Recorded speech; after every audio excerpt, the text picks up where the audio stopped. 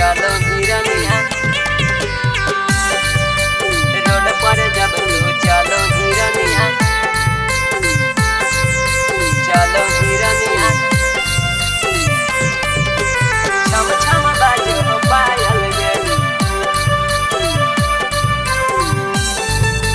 Road पर जब तू चलो हिरनिया छम छम बाजे हो पायल गे। रिकॉर्डिंग बाय सवेरा फिल्म्स। छत पर से ऐना देखा के छत पर से ऐना देखा के करूँ ही दिलावा घायल गे रोड पर जब तू चलो हिरनिया छम छम बाजो हो पायल गे रोड पर जब तू चलो हिरनिया छम छम बाजो हो पायल गे। छत पर से ऐना देखा के छत पर से ऐना देखा के करूँ ही दिलावा घायल गे रोड पर जब तू चलो हिरनिया छम छम बाजो हो पायल गे रोड पर जब तू चलो हिरनिया छम छम बाजो हो पायल गे छम छम बाजो हो पायल गे रोड पर जब तू चलो हिरनिया रोड पर जब तू चलो हिरनिया चलो हिरनिया छम छम बाजो हो पायल गे रोड पर जब तू चलो हिरनिया छम छम बाजो हो पायल गे। बाय सवेरा फिल्म्स। होठ जब तू रंगो हिरनी गिरो हो मुँह से टप टप पानी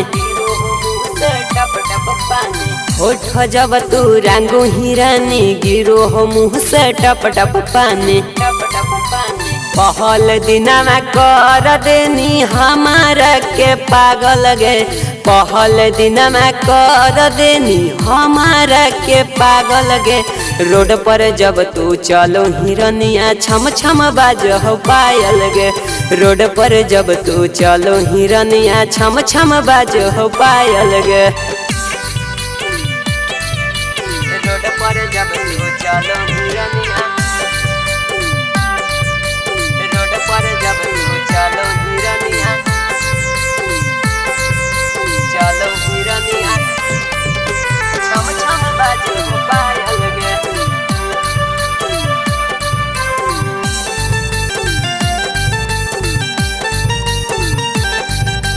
रोड पर जब तू चलो हिरनिया छम छम बाजो हो पायल गे। जब जब देखो ही तोरा कुइया पर से भरते पानी जब जब देखो ही तोरा कुइया पर से भरते पानी राइटर अखिलेश पागल हकौ देखी के तोरा काजल गे सिंगर सुधांशु पागल हकौ देखी के तोरा काजल गे रोड पर जब तू चलो हिरनिया छम छम बाजो हो पायल गे रोड पर जब तू चलो हिरनिया छम छम बाजो हो पायल गे। सवेरा फिल्म्स रिकॉर्डिंग स्टूडियो शाहपुर चौक देवन बिघा।